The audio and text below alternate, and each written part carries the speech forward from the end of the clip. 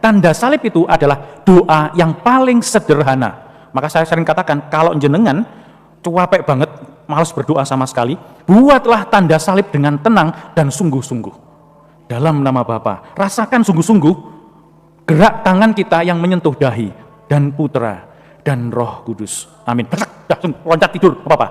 Tapi yang jelas, 30 detik itu gunakan sungguh-sungguh menyadari itu. Maka Tritunggal ini akan meresap dalam hati kita. Kalau enggak bisa. Kalau mau marah ya, ini anakku mendua tenan yo. Dalam nama Bapa dan Putra dan Roh Kudus. Amin. Jengkel banget ya, buat tanda salib. Agar kita sadar bahwa hidup kita itu tidak pernah terlepas dari itu. Jadi ini bukan terus, kok jadi marah Romo, ya gak apa-apa. Tapi yang jelas, kesadaran itu harus ada. Maka ini bukan masalah 3 jadi 1, 1 jadi 3, bukan masalah tambah-tambahan ini. Pribadi-pribadi ini menunjukkan bahwa ada kasih antara Bapa, Putra, dan Roh Kudus. Dan kasih mereka dibuka untuk kita. Lalu kita bisa masuk dalam kasih Bapa, Putra, dan Roh Kudus, maka setiap hari melihat kelemahan, kekurangan, bahkan dosa, kita bisa semakin mengasihi mereka. Dalam nama Bapa dan Putra dan Roh Kudus. Amin. Tuhan bersamamu dan bersama rohmu. Bapak Ibu, para saudara yang terkasih, selamat sore.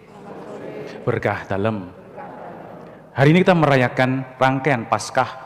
Dari Paskah kemudian turunnya Roh Kudus, dan hari ini kita merayakan Tritunggal Maha Kudus, Bapa, Putra, dan Roh Kudus. Pada saat kita membuat tanda salib, kita mengimani Tritunggal Maha Kudus ini. 3 pribadi tetapi satu kesatuan yang tidak terpisahkan. Dan yang menyatukan adalah kasih. Kasih itulah yang menunjukkan kehadiran Allah dalam hidup kita. Nah, kata mari di awal Ekaristi ini kita berlutut, kita hening kembali. Kita lihat kembali hidup kita masing-masing. Apakah hidupku digerakkan, dikuasai, dijiwai oleh kasih ini? Ataukah dengan hanya kesibukan-kesibukan kita setiap hari?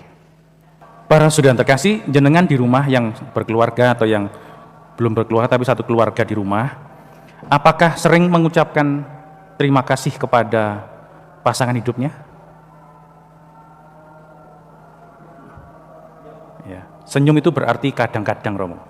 Nek pas eling, terima kasih ya, kamu selama ini sudah maaf, terima kasih ya, kamu selama ini sudah setia dengan aku. Gitu? Apakah jenengan juga memeluk anggota keluarga mereka sungguh-sungguh? Tambah diem nih, piye? Tritunggal Maha Kudus itu simpel sebenarnya. Soal ungkapan kasih Bapa, Putra, dan Roh Kudus. Dan ungkapan kasih di antara Bapa, Putra, dan Roh Kudus itu berupa pengorbanan. Berupa hal-hal yang berkorban satu sama lain. Agar, nah ini penting, agar manusia itu punya kesempatan untuk mengalami kasih Bapa, Putra, dan Roh Kudus pula.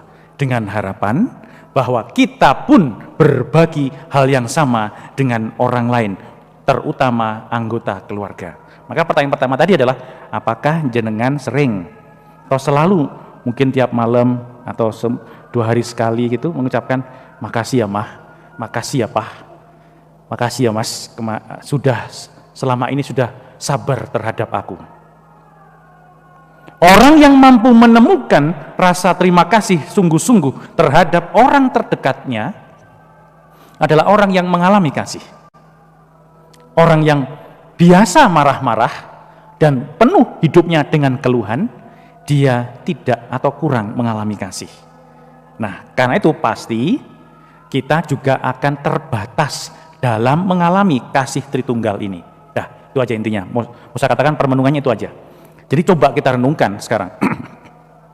Kalau sudah menikah selama 25 tahun, 50 tahun pernikahan, 70 tahun pernikahan, kadang ada yang baru 5 tahun pernikahan, jek tengkar sana sini, ya. Karena hal-hal yang baik itu masih banyak tersembunyi. Dan ini butuh kerjasama dan perjuangan. Bagi kita manusia, untuk mengungkapkan kasih itu butuh perjuangan. Nah ini yang perlu diperjuangkan dari sekarang, silahkan diperjuangkan.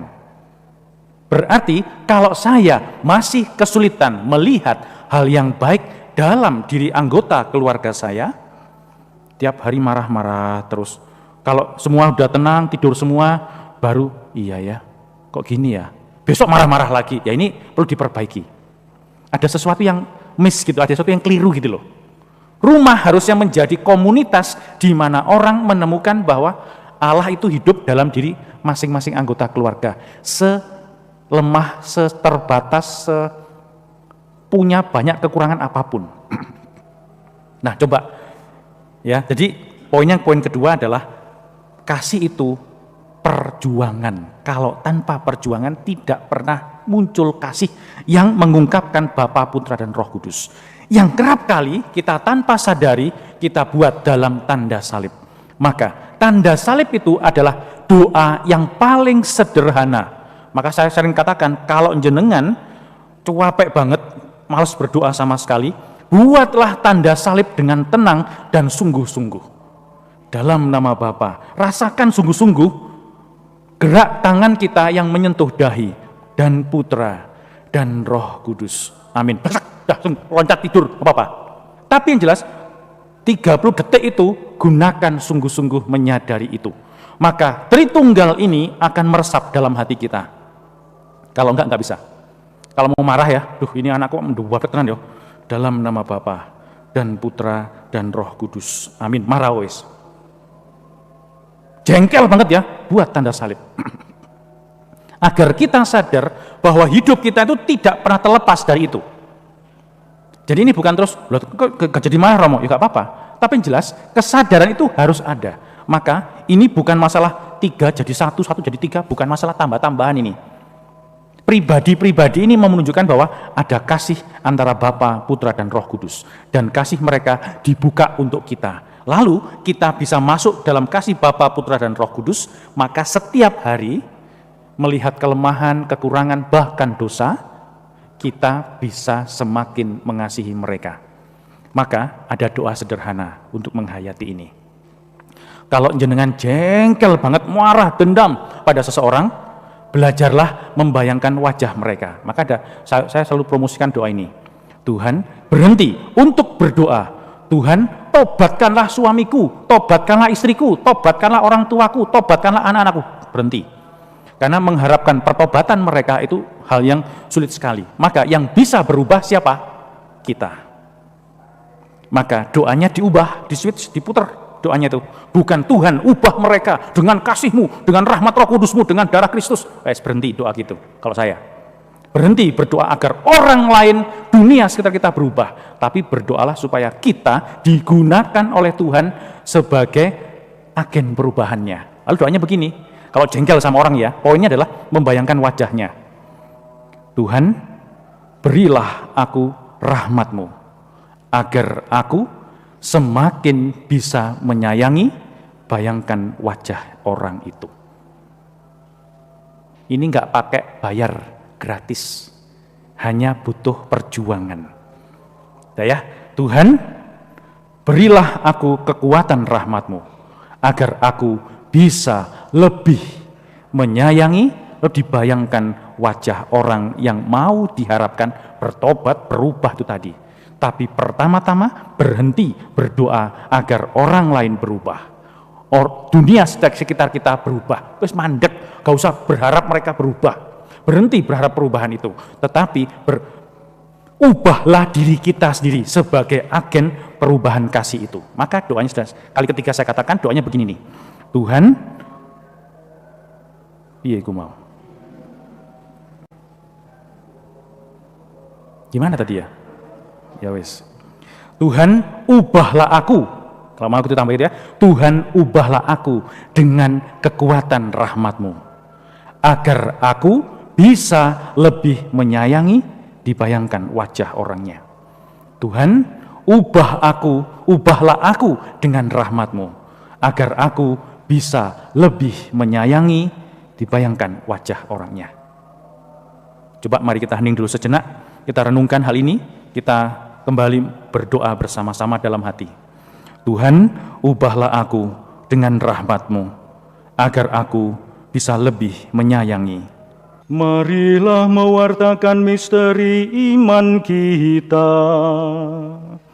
Setiap kali kami makan roti ini dan minum dari piala ini, wafat-Mu Tuhan kami wartakan hingga Engkau datang. Para saudara terkasih, mari sekarang kita bangkit berdiri, kita hening sejenak untuk mohon berkat Tuhan. Tuhan bersamamu dan bersama rohmu.